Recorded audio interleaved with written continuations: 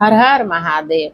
पार्वती का पिता के घर में सत्कार, महादेव जी की नट लीला का चमत्कार, उनका मैना आदि से पार्वती को मांगना और माता पिता के इनकार करने पर अंतर ध्यान हो जाना। ब्रह्मा जी कहते हैं, नारद, भगवान शंकर के अपने स्थान को चले जाने पर सखियों सहित पार्वती भी अपने रूप को सफल करके महादेव जी का नाम लेती हुई पिताजी के घर चली गई। पार्वती का आगमन सुनकर मैना और हिमाचल दिव्य रथ पर आरूढ़ हो हर्ष से विहल होकर उनकी आगवानी के लिए चले। पुरोहित, पुरवासी, अनेकानेक सखियां तथा अन्य सब संबंधी भी आ पहुंचे। पार्वती के सारे भाई, मैनाक आदि बड़े हर्ष के साथ जय जयकार करते हुए उन्हें घर ले आने के लिए गए।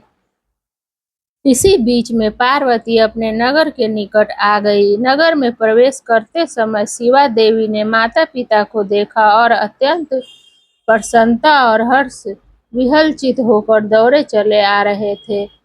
उन्हें देखकर हर्ष से भरी हुई काली ने सखियों सहित प्रणाम किया। माता पिता ने पूर्ण रूप से आशीर्वाद दे पुत्री को छाती से लगा लिया और वो मेरी बच्ची ऐसा कहकर प्रेम से विहल हो रोने लगे।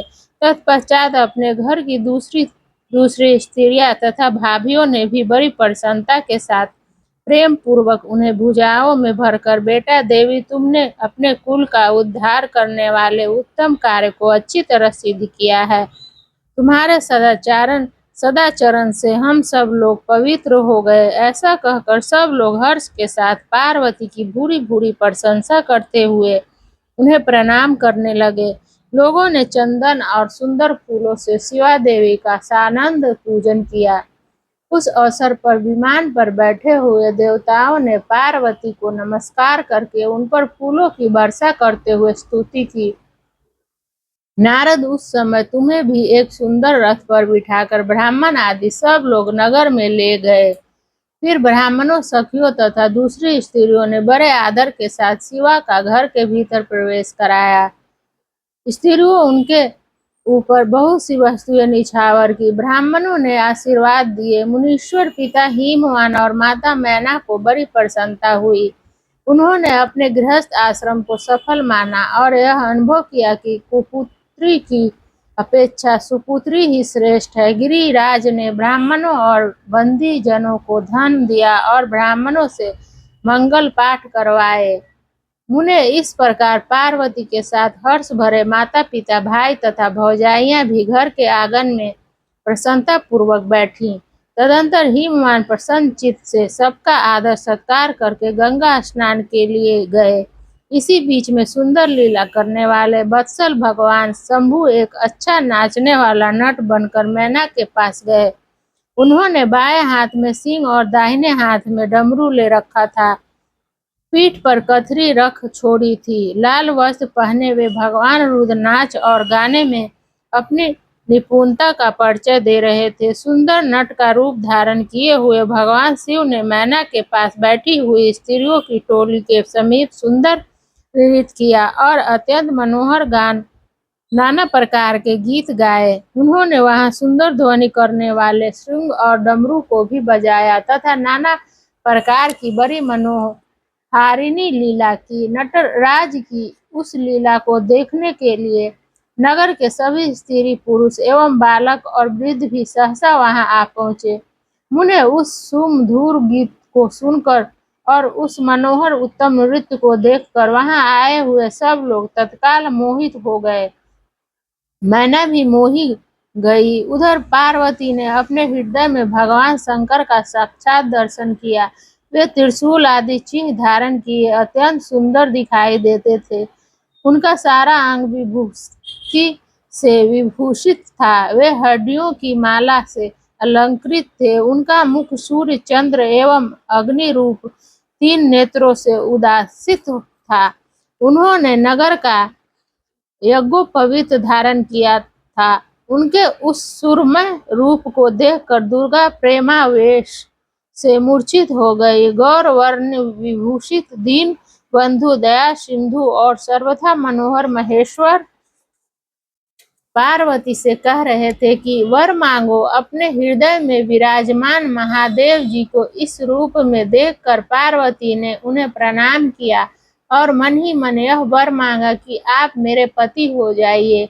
प्रीति युक्त हृदय से शिवा को वैसा कल्याणकारी वर देकर वे पुनः अंतर्ध्यान हो गए और वहां पूर्वतः भिक्षा मांगने वाला नट बनकर उत्तम नृत्य करने लगे। उस समय मैना सोने की थाली में रखे हुए बहुत से सुंदर रत्न ले उन्हें प्रसन्नता पूर्वक देने के लिए गई।